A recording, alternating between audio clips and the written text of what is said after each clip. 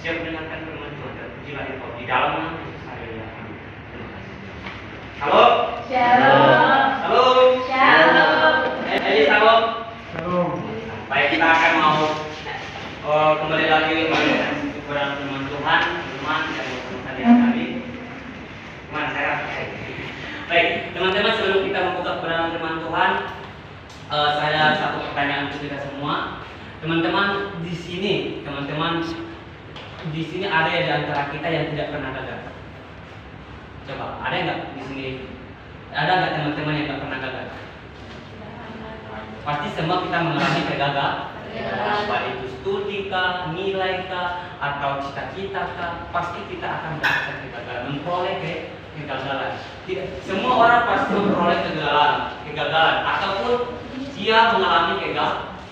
Tetapi kegagalan itu bukan berarti membatasi kita supaya kita bangkit lagi. Nah, sama halnya satu kebenaran firman Tuhan kita renungkan sama-sama bahwa sebuah kisah bahwa ada seorang murid Tuhan Yesus dia mengalami kegagalan juga secara manusia. Nah, kegagalan tema kita adalah gagal ya, kegagalan. Nah, baik, kita mau membuka kebenaran satu firman Tuhan yaitu Lukas di Perjanjian Baru, bukan Perjanjian Lama.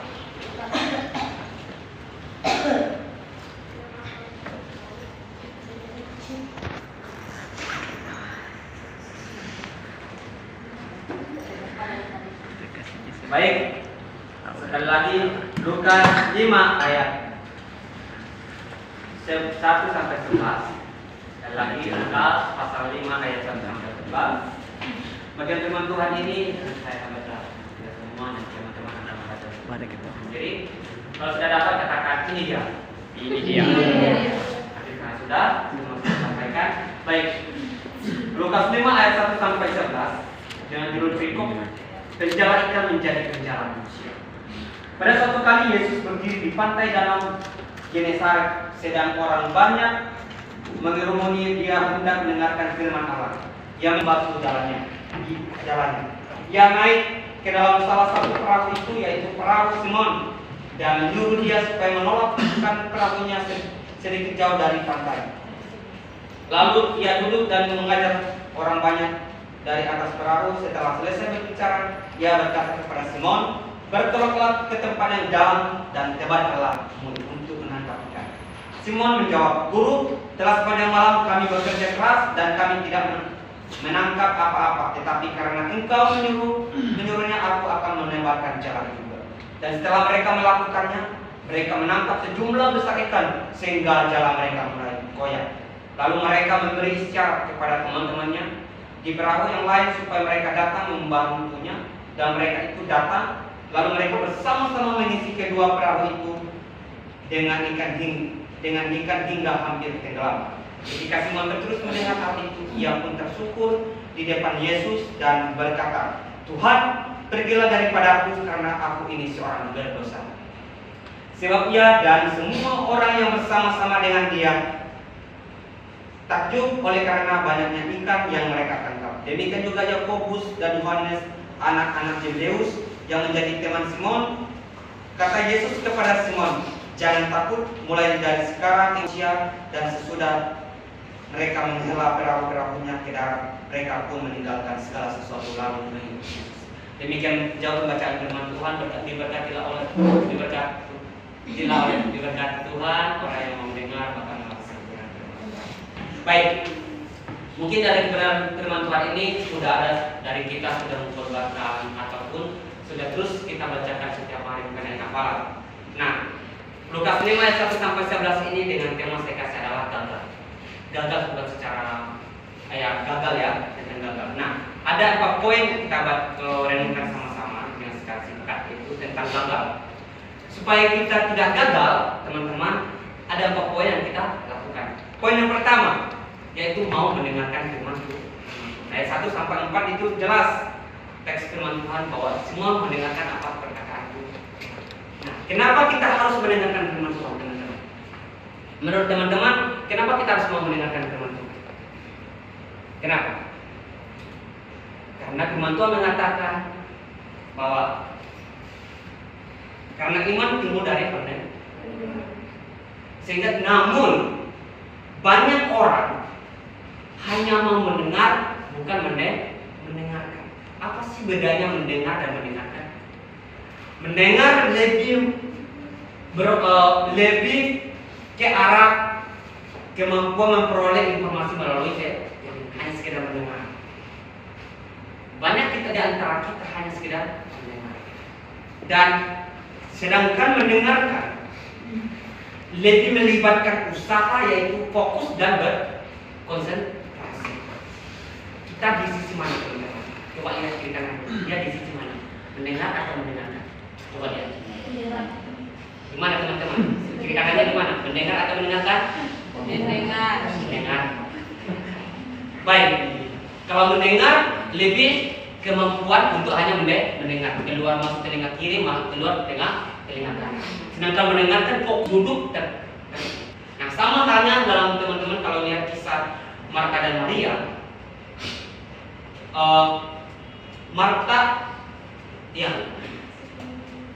Maria duduk mendengarkan perkataan Yesus, sedangkan Marta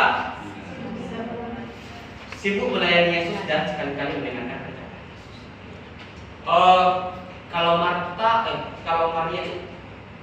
Kalau Maria itu dia duduk tertib mendengarkan apa yang dikatakan Tuhan. Itu itu baik ya, sekali. Sedangkan Marta dia sibuk melayani Tuhan, menyediakan segala sesuatunya, masak tempe, masak tahu, sediakan makanan minuman. Itu tidak salah. Secara dunia dia tidak salah. Namun Tuhan lebih mau mereka mendengarkan dulu dan tertib apa yang dikatakan.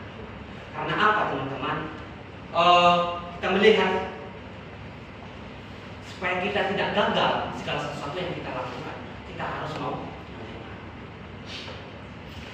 Ketika kita di tempat pelayanan, kalau kita sok tahu dan sok dengar-dengaran, tetapi tidak mau melakukan, saya tidak, ibu gembala bilang ini dan tidak mau lagi, karena apa kan? Takut kan atau gengsi kan, tanya ulang kan? Masa saya disuruh tanya ulang kan? Hanya sekedar kita dengar, kalau kita sosokan dengan hebatnya kita, dengan gagahnya kita pergi ambil itu yang dikatakan ibu gembala. Ternyata tidak. Apa yang kita peroleh? Terjadilah perang dunia ketiga, ya kan? Ibu gembala bilang ini bukan ini, tetapi ini loh Bu, saya dengar, mungkin salah, mungkin telinga kita yang salah. Jadi teman-teman, mendengarkan itu lebih baik, lebih tertib, dan itu juga yang dikehendaki Tuhan. Bukan hanya Tuhan, tetapi dimanapun kita berada. Ketika nasihat, teman-teman, ketika kita datang di sini, orang tua kita mengajarkan kita, memberikan kita nasihat. Enggak mungkin papa mama kita nasihat kita, Omi, kalau kamu sampai di situ, kamu bolak-balik. Enggak kan? Pasti ketika orang tua kita menasihati kita duduk tertib dan diam. Karena apa? Kita fokus berkonsentrasi mendengarkan apa yang dikatakan orang tua kita. Itu juga demikian teman-teman. Tuhan juga mau menghendaki kepada kita supaya kita terus mau mendengarkan apa yang dikatakan Tuhan kepada kita. Itu poin yang pertama. Tidak gagal, kita harus percaya. Percaya artinya mengandalkan Yesus. Percaya juga itu adalah iman. Itu berarti kita harus mengandalkan Tuhan. Kalau dilihat dari pengalaman Simon ya, di ayatnya 5 dan 7 saya baca kita semua. Simon menjawab, Guru, telah sepanjang malam kami bekerja keras dan tidak menangkap apa-apa, tetapi karena Engkau menyuruhnya aku akan menebarkan jala juga. Dan setelah mereka melakukannya, mereka menangkap sejumlah besar ikan sehingga jala mereka mulai koyak. Lalu mereka memberi isyarat kepada teman-temannya di perahu yang lain supaya mereka datang membantunya, dan mereka itu datang. Lalu mereka bersama-sama mengisi kedua perahu itu dengan ikan hingga hampir tenggelam. Jadi kalau dilihat dari pengalaman, Yesus itu tahu apa sih tentang laut? Yesus tahu apa tentang nelayan? Tidak ada yang tahu. Yesus tidak tahu apa-apa. Karena latar belakang Yesus adalah seorang tukang. Tetapi kenapa Simon percaya apa yang dikatakan Tuhan? Yang tadi, dia sudah mendengarkan dahulu. Nah, jadi kalau dibilang Simon sombong, jelas. Karena dia profesinya itu, dia tahu betul kondisi situasi laut itu. Kalau dia sudah, teman-teman, siapa di antara kita yang pernah memancing itu kan, bicara ikan atau memancing pernah? Ada. Pasti ada kondisi-kondisi tertentu ketika kita menjala memancing ikan tidak ada, ya kan? Tiba-tiba ada saudara sama orang, bang di situ, apa kamu matakai kamu, ya kan? Bilang kamu di situ atau tebarkan jala kamu. Orang bilang, ada aja bang ini. Orang dari kamu dari notabene kamu petani, tiba-tiba kau datang sama saya. Cara apa yang kau tahu dari saya? Yang pasti keluar itu. Tetapi semua terus mengajarkan kita bahwa kita harus percaya. Jadi percaya artinya bahwa teman-teman kita harus mengandalkan dan memiliki dasar harus kita dulu benar. Jadi kalau dibilang sombong, Petrus pasti sombong ya kan? Kalau dia bilang kayak gitu tadi, Tuhan Yesus, apa sih yang kau tahu? Kamu kan tukang kayu, kamu mungkin berenang aja kamu nggak tahu, sok-sokan juga kau ajarkan saya sama awak ya. Ya kan? Pasti itu kalau dibilang sombong, pasti Petrus juga sombong. Tetapi dia mengajarkan kita bahwa jangan sombong. Belum tentu orang yang tidak pernah lakukan itu dia tidak memiliki ide atau tidak ada pengalaman secara mungkin dia secara praktis tidak tahu. Mungkin ada beberapa hal yang dia tahu. Nah, jadi teman-teman percaya bukan seperti yang dikatakan Agrip semalam, ya kan? Percaya tuh Tuhan. Emang percaya Tuhan seperti dibilang. Jangan percaya Tuhan, percaya manusia. Tidak seperti itu kan? Enggak. Dia bilang Agrip kemarin semalam dia bilang percaya Tuhan. Jangan percaya tuh. Beda dengan juga laki-laki. Siapa di sini sering main apa itu namanya kasih sama wanita? Iya. Percaya kepada aku, kamu akan mendapatkan yang bahagia. Percaya sama aku, kamu akan mendapatkan cowok yang setia. Ya. Ada kayak gitu? Jangan mungkin perkataan yang paling lembut, perkataan yang paling manis, perkataan yang bahagia, tetapi ujungnya menyakitkan hati. Jadi jangan percaya laki-laki. Percayalah, kalau nggak percaya sama kami, harus percaya. Jalani aja dulu. Ya. Jalani aja dulu. Biasanya laki-laki mungkin kayak gitu. Kita jalani aja dulu. Sebelum kita menjalaninya, masa kan kita nggak tahu kan gimana. Hanya orang setia yang bisa dharma. Jadi itu Petrus sebelum dia percaya dia mendengar. Dia percaya. Dan poin yang ketiga yaitu dia sadar siapa dia. Simon sadar siapa Simon, siapa saya, siapa Tuhan. Dia sadar siapa Tuhan dan poin yang ke ayat ke-8. Ketika Simon Petrus melihat hal itu, dia pun tersungkur di depan Yesus dan berkata, Tuhan, pergilah daripadaku karena aku ini seorang berdosa. Simon yang sama Petrus. Simon tahu bahwa dia adalah orang berdosa. Simon tahu, dia sadar bahwa dia adalah orang berdosa. Tahu siapa Yesus. Teman-teman, kita tahu kita adalah orang berdosa yang tidak layak, namun dilayakkan oleh Kristus Yesus yang di kayu salib. Jadi teman-teman, ketika kita datang pelayanan, kita pelayanan karena kita sudah dilayakkan. Kita sudah sadar. Kan kita pelayanan, kita sudah sadar kita tidak mau. Kenapa? Kita pelayanan karena kita sudah dilayakkan. Kita sudah sadar. Kan kita pelayanan, kita sudah sadar kita tidak mau. Kenapa kita berdoa? Karena kita tidak mau. Maka kita harus sadar ketika Tuhan sudah mengizinkan kita segala bentuk pelayanan yang ada, kita harus melakukan sungguh-sungguh. Tetapi ya, jadi teman-teman, kita sadar siapa saya. Kalau belum kita sadari siapa saya, pelayanan kita jangan harap sukses. Jangan harap pelayanan kita berkembang. Karena apa? Kita lebih mengandalkan kemampuan kita.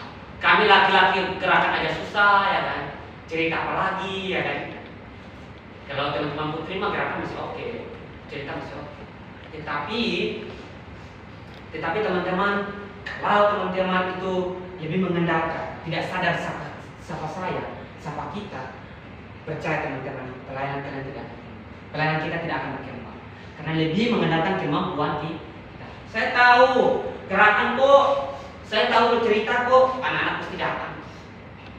Itu betul penting. Tetapi kalau kita tidak ada tanpa sadar Tuhan, saya tidak sanggup bisa berdoa. Kita berdoa, kita cari jiwa.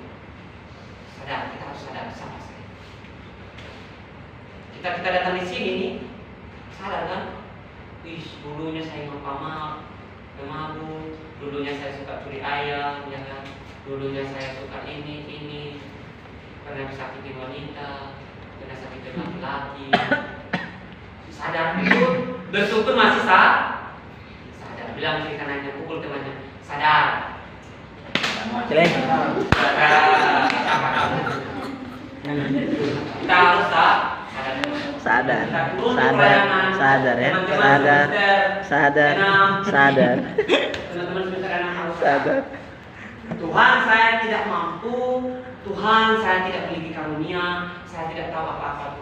Tapi saya percaya Tuhan akan memampukan saya. Tuhan tidak akan mencobakan saya.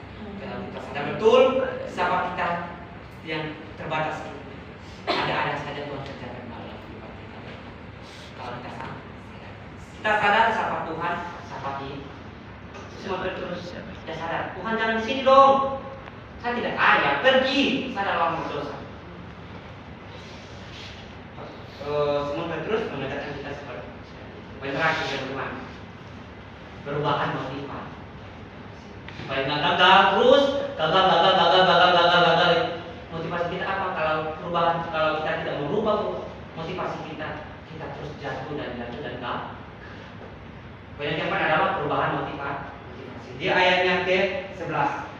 Dan sesudah mereka menghela perahu-perahunya ke darat, mereka pun meninggalkan segala sesuatu lalu mengikut Yesus.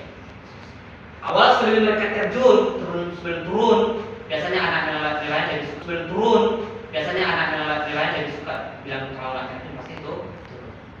Sebelum mereka turun, motivasi mereka apa? Dapat ikan banyak, dijual, dapat uang.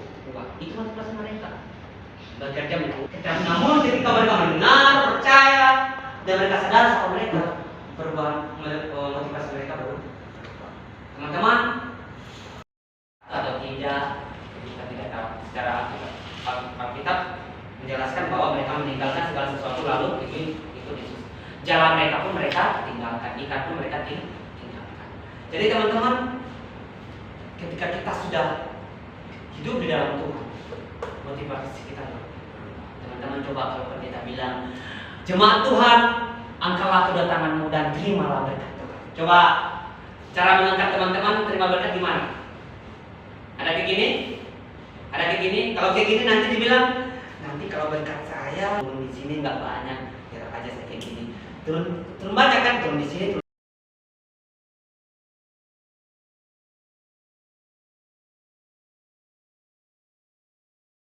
Di sini atau ada kayak gini ya kan?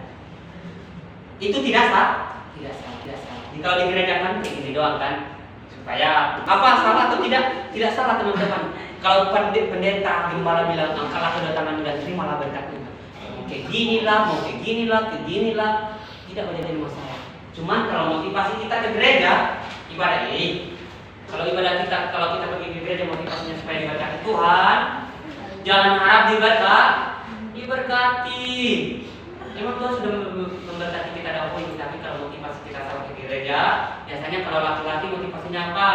Memuji Tuhan, kalau laki-laki kayak gitu teman-teman. Walaupun banyak yang ngantuk. Motivasi kita, kalau motivasi kita itu teman-teman, kalau motivasi kita berubah mengikuti Yesus, Petrus dan CS-nya, Petrus dan CS-nya sadar bahwa mereka ikut adalah Tuhan, segala sumber berkat. Yesus adalah sumber berkat, teman-teman. Kalau kita sudah mengikut Yesus, percayalah, dan apa yang dikatakan Yesus ke Tuhan kepada Abraham, Dia akan memberkati. Siapa di sini cicitnya Abraham? Ada? Saya doang kan? Ada enggak? Oh, kita semua. Ketika Ketika Tuhan menjanjikan kepada Abraham dia akan memberkati anak cucunya, Tuhan sudah berjanji.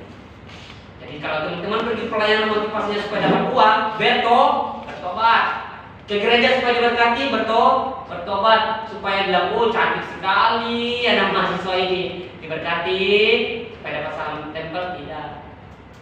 Jangan salah motivasi pergi ke gereja, pelayanan. Kalau dikasih uang dalam pelayanan, terima, jangan ditolak. Dan jangan lupa traktir kami juga. Iya. Jadi teman-teman, yang pertama yaitu tentang tema kita tentang gagal. Yang pertama apa? Mendengarkan firman Tuhan. Kedua, percaya. Ketiga, sadar siapa saya dan Tuhan. Dan perubahan motivasi. Kiranya firman Tuhan memberkati kita semua. Saya percaya Tuhan akan memberkati, memampukan teman-teman untuk melakukan segala sesuatu yang hari ini. Dengan pertolongan Tuhan, Tuhan akan memampukan kita untuk mendatang Tuhan ini. Mari kita bersabda. Minta kesediaan. Apa dan Tuhan. Mari kita berdoa. Bapa di surga, di dalam nama Tuhan Yesus Kristus, terima kasih Tuhan untuk kebenaran firman Tuhan yang kami dengar pada saat ini. Biarlah firman Tuhan yang kami dengar bisa kami melakukannya di dalam kehidupan kami sehari-hari. Berkati hambamu dalam yang kamu berikan kebijaksanaan, memberikan kesehatan, memberikan setiap apapun kandungan hidup hambamu untuk memberkati. Terima kasih Tuhan, terima kasih Bapa. Kami bersyukur kebenaran firman Tuhan. Hanya di dalam nama Tuhan Yesus Kristus kami berdoa. Amin. Amin.